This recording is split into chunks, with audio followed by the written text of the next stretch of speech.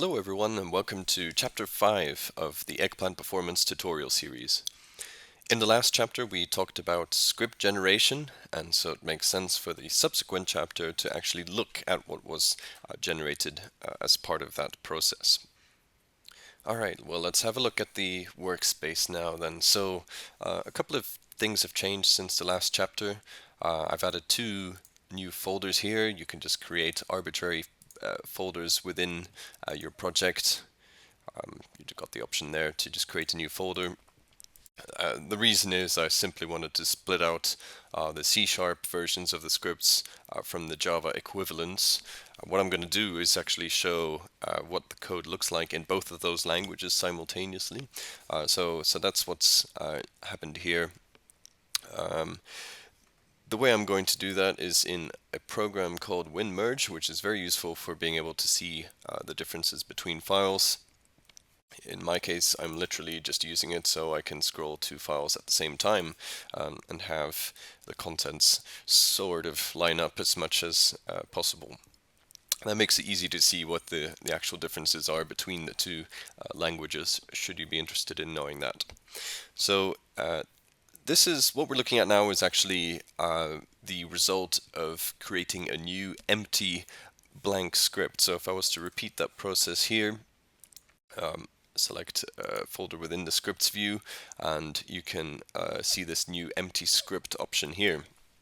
So if I just create an empty script with nothing in it, literally just base it on one of my virtual users, I'll stick with the C# one. You'll see what it generates. If I just double click to open it, this is what a skeleton structure of a script looks like, and so that's what we the same thing we're seeing here. On the left hand side I've got C#, and on the right hand side is the Java equivalent.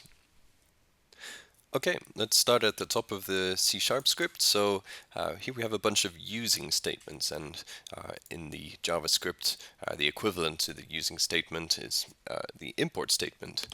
So what these are doing is essentially setting up your script so that you have easy access to various methods and classes that are defined elsewhere.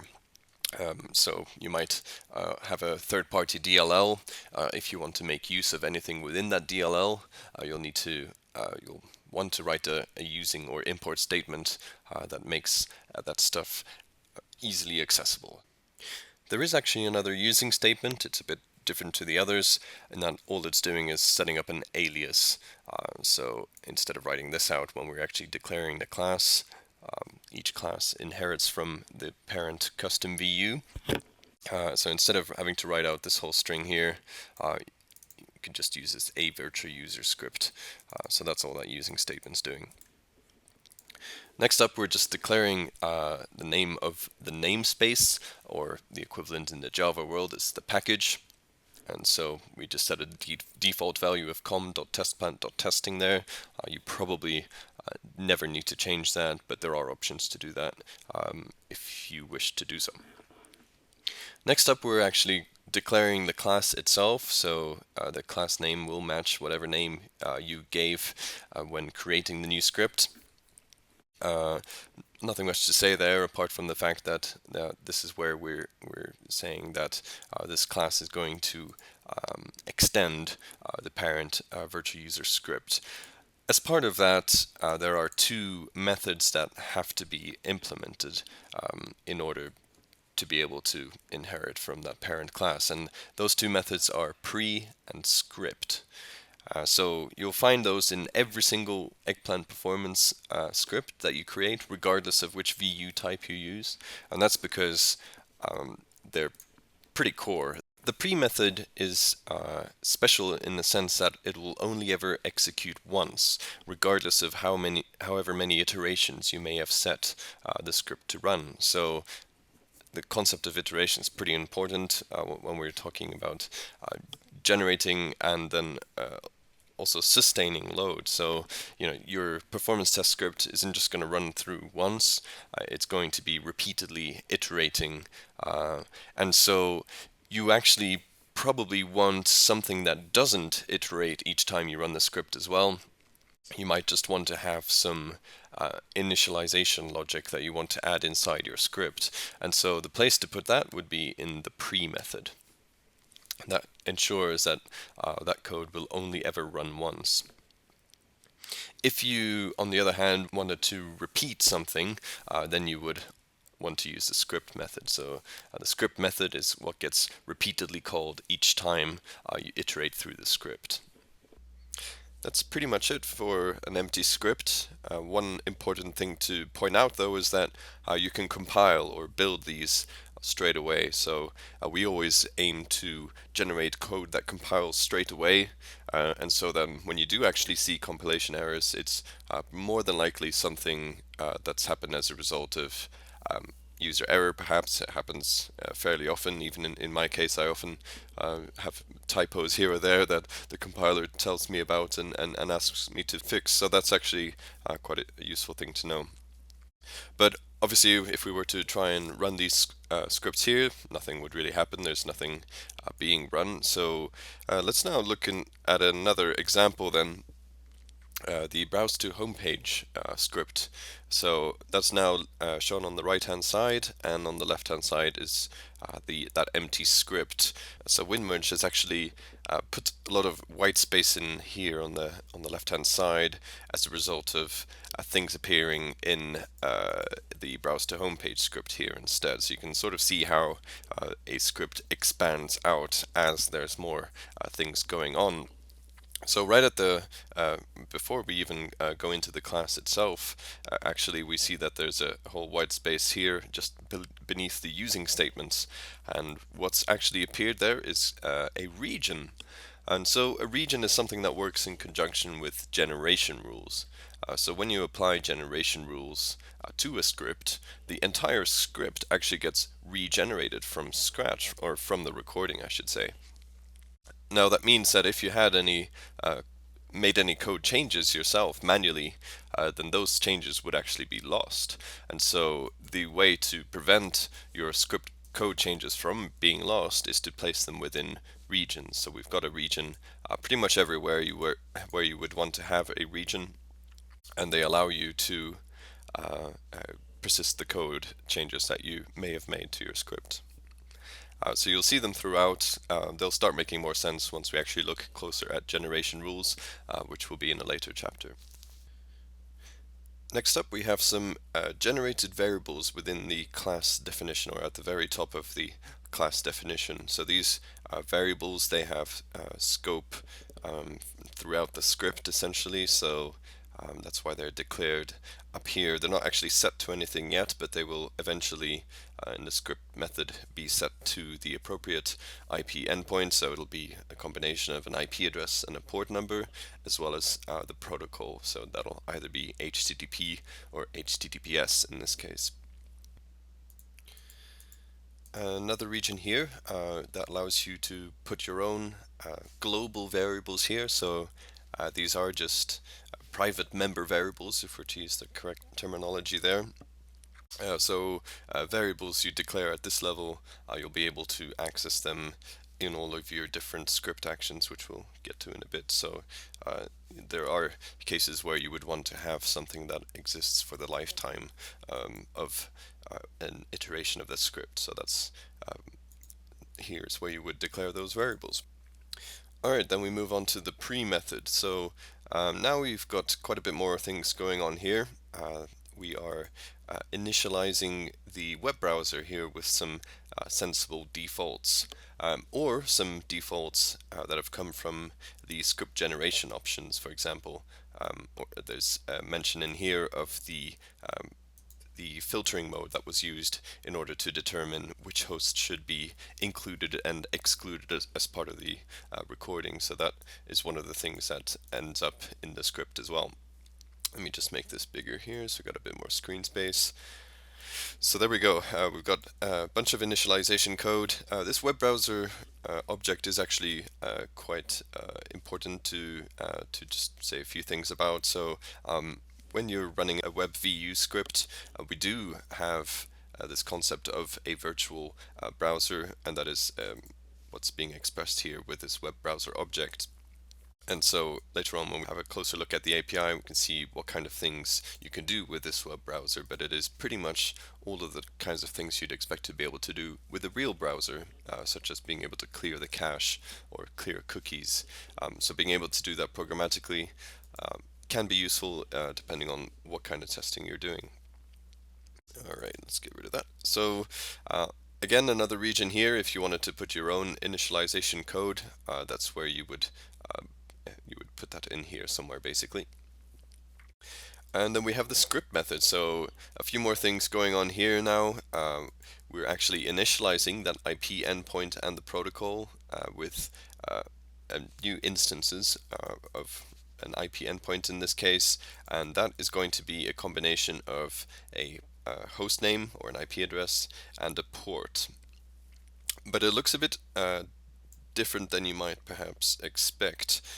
You might actually see something along these lines to be there instead. So if we were wanting to target a local host system, perhaps we'd use something like that, where we're putting a string as the first parameter, which is the host name, and then just the number for the port. But what we've actually got is this getString method here and a getInt.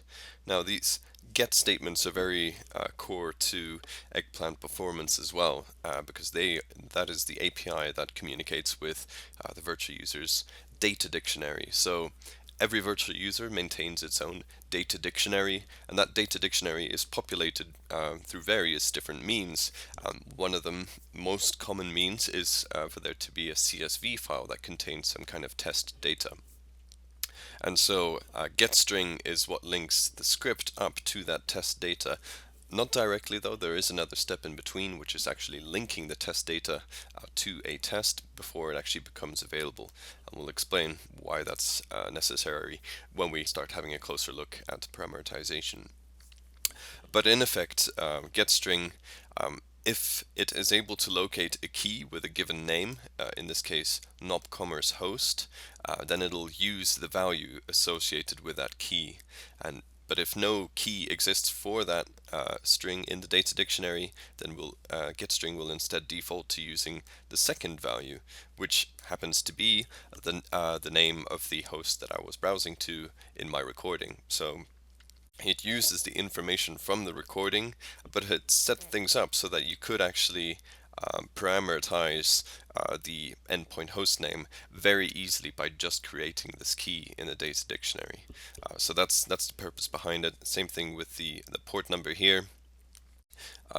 If you suddenly wanted to switch to HTTPS, you could just define a key for the nopcommerce port and set it to 443, which is HTTPS, and you would also need to make sure that you also update the protocol so that it adds the S onto the end of it there. It'll all make sense soon when we look closer at the API and how it all fits together. But for now, just know that a lot of things here have already been set up to be easily parameterized. Next, we have another line to do with that whitelist setting that was used. So this is basically telling the script that we're only interested in requests going to nopcommerce. Everything else will simply not be executed as part of the test. So we won't suddenly make a request to any other hosts. Then we have the actual invocation of one of the actions. In fact, it's the only action in the script. That's right, when we said to create the browse to homepage script, they should only feature the one browse to homepage transaction. So that's the only action we see in here. In a busier script, you'll have several actions, one for each transaction. And then again, we have another region. If you wanted to add in any kind of finalization code into your script method, you could add that here. Of course, we're invoking a method here, so that method does have to exist, and it is what we have down here. So this is the extent of the browse to homepage transaction. Let's break this down. So we have this method right at the top here called StartTransaction, and the name is browse to homepage, and so that's the name that I gave this transaction as part of the recording. All makes sense. Start transactions, they always have a matching end transaction as well. So start transaction and end transaction are what we use to generate the timing. So when we're reporting on response times, what we're reporting on is how long it took all of this code to complete. It might look like a lot of code, but all of it runs in nanoseconds. The only line that actually causes any kind of delay is when we're sending the request. Before I continue, I thought it would probably make sense to switch over to something a bit easier on the eyes as far as working with scripts is concerned. So one of the things you can do in eggPlant Performance is to view your scripts inside and work with your scripts inside an IDE. So the default editor that we ship with, Site, is very useful for quick editing of script files. It's very quick to open, but for anything that it'll involve writing, more than just a few lines of code, you probably want to do that in an IDE. We've got this button up here that launches the IDE. This dialog is just telling me I haven't set one up for Java yet, but it's fine. I just want to use the Visual Studio one, which has already been configured. So I just have to hit yes there, and I should see my scripts loading shortly. There's the projects at least. Still loading. There's actually two CS proj files in a solution. These bottom two actually refer to the custom VU. So the custom VU has some source files as well that you can put code inside. But the ones we're interested in for now are the ones listed up here in the main project CS proj file. Let's go back down to our action then. Right, no, there it is.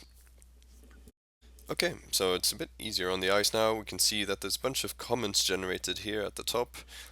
They're just for information purposes. This request number here will match up to the request number that you see in the recording. We can see here what the actual request endpoint was, and so that is actually what's being reconstructed here in code.